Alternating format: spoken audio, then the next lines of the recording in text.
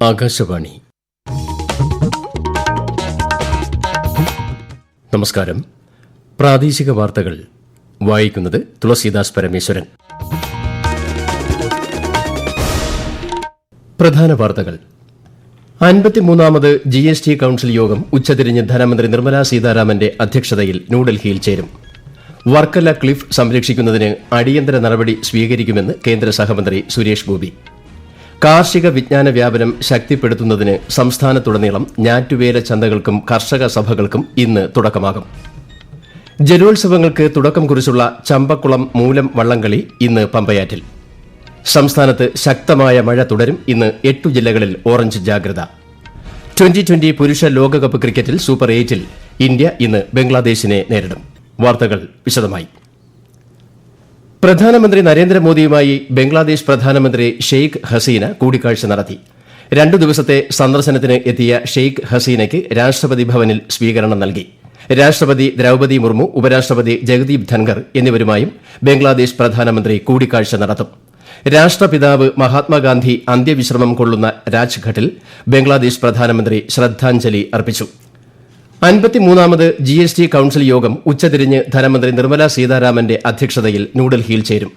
2024-25 പൊതുബജറ്റിന് മുന്നോടിയായി ധനമന്ത്രി നിർമ്മലാ സീതാരാമൻ ന്യൂഡൽഹിയിൽ എല്ലാ സംസ്ഥാനങ്ങളിലെയും കേന്ദ്രഭരണ പ്രദേശങ്ങളിലെയും ധനമന്ത്രിമാരുമായി യോഗം നടത്തി. ധനകാര്യ സഹമന്ത്രി പങ്കജ് ചൌധരി, ധനകാര്യ സെക്രട്ടറി TV സോമനാഥൻ, സാമ്പത്തിക കാര്യവകുപ്പ് സെക്രട്ടറി, മുതിർന്ന ഉദ്യോഗസ്ഥർ തുടങ്ങിയവർ യോഗത്തിൽ പങ്കെടുത്തു.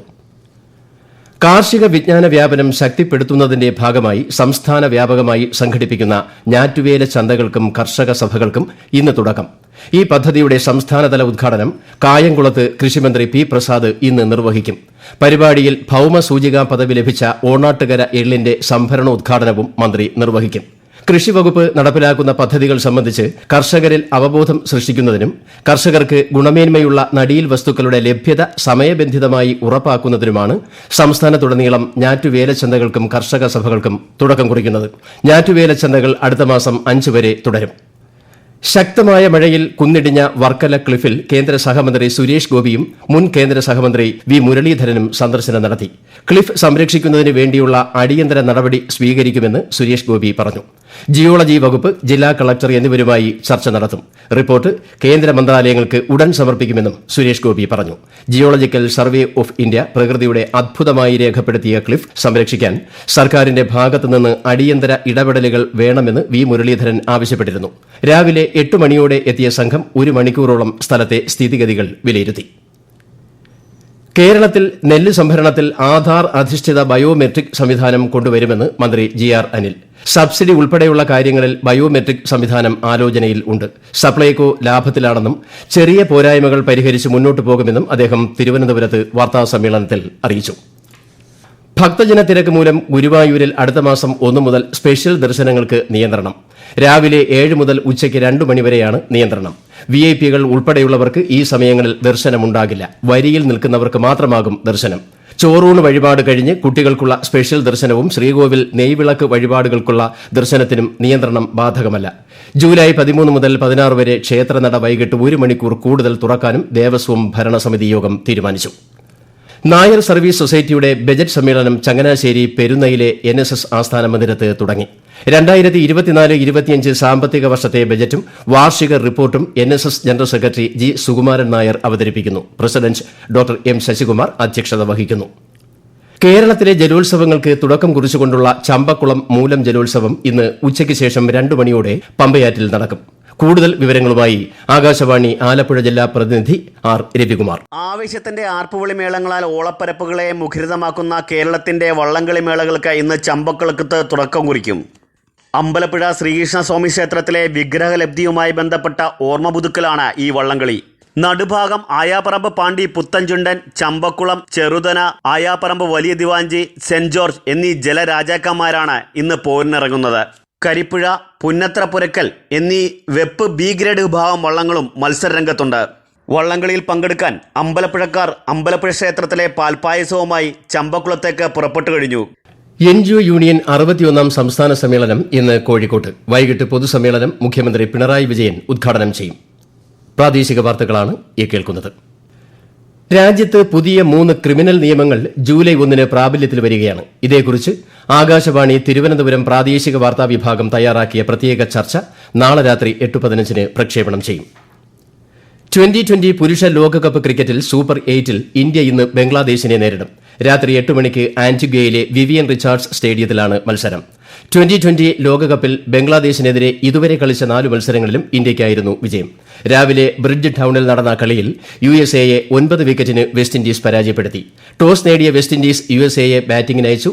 യുഎസ്എ നിശ്ചിത 20 ഓവർ പൂർത്തിയാക്കാൻ ഒരു പന്ത് അവശേഷിക്കെ 128 റൺസിന് പുറത്തായി. മറുപടി ബാറ്റിംഗിൽ വെസ്റ്റ് ഇൻഡീസ് 10.5 ഓവറിൽ ലക്ഷ്യം മറികടന്നു. യൂറോ കപ്പ് ഫുട്ബോളിൽ രാവിലെ നടന്ന നെതർലാൻഡ്സ് ഫ്രാൻസ് മത്സരം ഗോൾ രഹിത സമനിലയിൽ കലാശിച്ചു. വൈകിട്ട് 6:30 നടക്കുന്ന കളിയിൽ ചെക്ക് റിപ്പബ്ലിക്കിന്റെ ടീമായ ചെക്കിയ ജോർജിയയുമായി ഏറ്റുമുട്ടും. പോർച്ചുഗൽ തുർക്കി മത്സരം രാത്രി 9:30 നടക്കും. സംസ്ഥാനത്ത് വരും ദിവസങ്ങളിൽ ശക്തമായ മഴ തുടരുമെന്ന് കേന്ദ്ര കാലാവസ്ഥാ വകുപ്പ്. ഇന്ന് 8 ജില്ലകളിൽ ഓറഞ്ച് ജാഗ്രതയാണ്. കോട്ടയം, എറണാകുളം, ഇടുക്കി, മലപ്പുറം, കോഴിക്കോട്, വയനാട്, കണ്ണൂർ, കാസർഗോഡ് ജില്ലകളിലാണ് ഓറഞ്ച് ജാഗ്രത. പത്തനംതിട്ട, ആലപ്പുഴ, തൃശൂർ, പാലക്കാട് ജില്ലകളിൽ മഞ്ഞ ജാഗ്രതയും നൽകിയിട്ടുണ്ട്.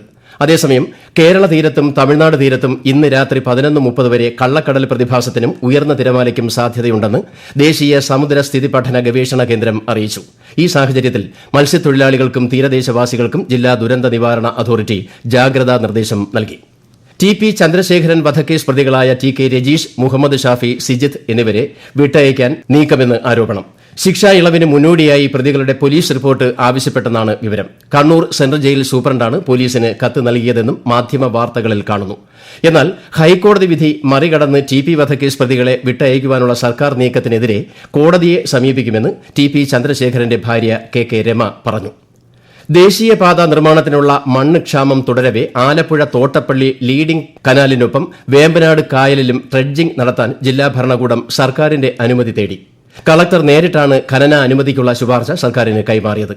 മണ്ണും മാലിന്യങ്ങളും നിറഞ്ഞ് വേമ്പനാട് കായലിന്റെ സംഭരണശേഷി കുറഞ്ഞത് വെള്ളപ്പൊക്കത്തിനും മത്സ്യസമ്പത്തിന്റെ നാശത്തിനും പരിസ്ഥിതി പ്രശ്നങ്ങൾക്കും കാരണമാകുന്നതായി പഠന റിപ്പോർട്ടുകൾ പുറത്തുവന്നതിന് പിന്നാലെയാണ് ഖനനം നടത്താൻ ജില്ലാ ഭരണകൂടം ഒരുങ്ങുന്നത്.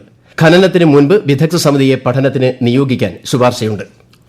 മലബാറിലെയും മലപ്പുറം ജില്ലയിലെയും +1 സീറ്റ് വിഷയത്തിൽ ശാശ്വതമായ പരിഹാരം ഉണ്ടാക്കുമെന്ന് മന്ത്രി വി. അബ്ദുറഹ്മാൻ അറിയിച്ചു. മലപ്പുറം, കോഴിക്കോട്, കണ്ണൂർ, കാസർഗോഡ്, പാലക്കാട് ജില്ലകളിൽ നിന്നും SSLC വിജയിച്ച മുഴുവൻ വിദ്യാർത്ഥികൾക്കും അതത് പ്രദേശങ്ങളിൽ തന്നെ തുടർ പഠനത്തിന് പരമാവധി സൌകര്യം ഒരുക്കുമെന്നും മന്ത്രി അറിയിച്ചു. മഴയെ തുടർന്ന് കോഴിക്കോട് അത്തോളി ടൌണിലെ ജീർണിച്ച ഇരുനില കെട്ടിടം തകർന്ന് നിലംപൊത്തി. കെട്ടിട അവശിഷ്ടങ്ങൾ റോഡിലേക്ക് വീണ് സ്കൂട്ടർ യാത്രികന് പരിക്കേറ്റു. ഇന്ന് രാവിലെയാണ് സംഭവം. കൊച്ചി മെട്രോയുടെയും വാട്ടർ മെട്രോയുടെയും വാർഷിക ആഘോഷങ്ങളുടെ ഭാഗമായി സംഘടിപ്പിക്കുന്ന മെഗാ ഫുഡ് ഫെസ്റ്റിന് ഇന്ന് തുടക്കം. കുടുംബശ്രീയുടെ നാടൻ ഭക്ഷണം മുതൽ അറേബ്യൻ വിഭവങ്ങൾ വരെ കൊച്ചി മെട്രോയുടെ കലൂർ പാർക്കിംഗിലെ ഫുഡ് ഫെസ്റ്റിൽ ലഭ്യമാകും. വീട്ടമ്മമാരെ പങ്കെടുപ്പിച്ച് പാചക മത്സരം, വിദ്യാർത്ഥികളുടെ ചിത്രരചനാ മത്സരം, സാംസ്കാരിക പരിപാടികൾ എന്നിവയും ഉണ്ടാകും. ഫുഡ് ഫെസ്റ്റിന്റെ ഉദ്ഘാടനം വൈകിട്ട് കൊച്ചി മെട്രോ MD നിർവഹിക്കും. അടുത്ത മാസം 3 ഫുഡ് ഫെസ്റ്റ് സമാപിക്കും. സ്വർണ്ണവിലയിൽ ഇന്ന് ഇടിവ് രേഖപ്പെടുത്തി. ഗ്രാമിന് 80 രൂപ കുറഞ്ഞ് 6635 രൂപയും പവന് 640 രൂപ താഴ്ന്ന് 53,080 രൂപയുമാണ് ഇന്നത്തെ വില. ഇന്ന് ലോക മഴക്കാടുകളുടെ ദിനം. ഭൂമിയുടെ ഏറ്റവും വലിയ വിഭവങ്ങളിൽ ഒന്നായ മഴക്കാടുകളുടെ പ്രാധാന്യത്തെക്കുറിച്ച് അവബോധം വളർത്തുന്നതിനും അവയുടെ സംരക്ഷണത്തിനുള്ള ശ്രമങ്ങളെ പ്രോത്സാഹിപ്പിക്കുന്നതിനും വേണ്ടിയാണ് എല്ലാ വർഷവും ജൂൺ 22 ലോക മഴക്കാടുകളുടെ ദിനമായി ആചരിക്കുന്നത്. ആഗോള ശാക്തീകരണം മഴക്കാടുകളുടെ സംരക്ഷണത്തിലൂടെ എന്നതാണ് ഇത്തവണത്തെ പ്രമേയം. ഭൂമിയെ ആരോഗ്യകരമായി നിലനിർത്തുന്നതിൽ മഴക്കാടുകൾ വഹിക്കുന്ന പങ്കിനെക്കുറിച്ച് വരും തലമുറകളെ ബോധവാന്മാരാക്കുക എന്നതും ഈ ദിനാചരണത്തിന്റെ ലക്ഷ്യങ്ങളിൽ ഒന്നാണ്. പ്രധാന വാർത്തകൾ വീണ്ടും. 53ാമത് GST കൌൺസിൽ യോഗം ഉച്ചതിരിഞ്ഞ് ധനമന്ത്രി നിർമ്മലാ സീതാരാമന്റെ അധ്യക്ഷതയിൽ ന്യൂഡൽഹിയിൽ ചേരും. വർക്കല ക്ലിഫ് സംരക്ഷിക്കുന്നതിന് അടിയന്തര നടപടി സ്വീകരിക്കുമെന്ന് കേന്ദ്ര സഹമന്ത്രി സുരേഷ് ഗോപി. കാർഷിക വിജ്ഞാന വ്യാപനം ശക്തിപ്പെടുത്തുന്നതിന് സംസ്ഥാനത്തുടനീളം ഞാറ്റുവേല ചന്തകൾക്കും കർഷക സഭകൾക്കും ഇന്ന് തുടക്കമാകും. ജലോത്സവങ്ങൾക്ക് തുടക്കം കുറിച്ചുള്ള ചമ്പക്കുളം മൂലം വള്ളംകളി ഇന്ന് പമ്പയാറ്റിൽ. സംസ്ഥാനത്ത് ശക്തമായ മഴ തുടരും. ഇന്ന് 8 ജില്ലകളിൽ ഓറഞ്ച് ജാഗ്രത. 2020 പുരുഷ ലോകകപ്പ് ക്രിക്കറ്റിൽ സൂപ്പർ 8-ൽ ഇന്ത്യ ഇന്ന് ബംഗ്ലാദേശിനെ നേരിടും. പ്രാദേശിക വാർത്തകൾ കഴിഞ്ഞു. അടുത്ത വാർത്താ പ്രക്ഷേപണം 12:50.